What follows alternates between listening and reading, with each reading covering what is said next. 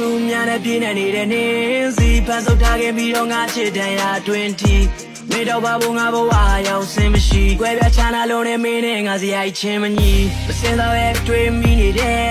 ငါချီချက်တို့အားလုံးချင်းထဲမှာတဲ့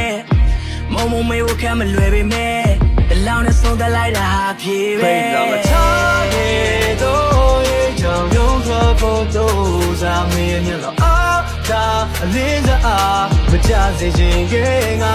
ဘာမှမလုပ်လာတဲ့ခုမှသွားလိုက်တဲ့လို့မတုံးကမှမတွေ့မိခဲ့တဲ့တန်ငါတော့မပြီးတော့လို့ငါတော့မပြီးတော့လို့သိချစ်တဲ့အကြောင်းများကိုလည်းပြောလိုက်အောင်အချောင်းရင်ပဲလမ်းခွေတဲ့အကြောင်းပြောလိုက်အောင်ထားသွားပြီးတတိယရဲ့အကြောင်းပြောလိုက်အောင်နောက်တဲ့ရည်သားတဲ့တရားနဲ့ပြောလိုက်အောင်ဒီမင်းနဲ့ယူဆိုင်ရမယ့်တရားကိုမနီးမလန်းကလည်းပြီးမဲ့ရှိမဲ့ကတိမဲ့ဖတ်သွားခြင်းဒီတရှိလေးရဲ့နေဟာငါတော့ငါဟာမင်း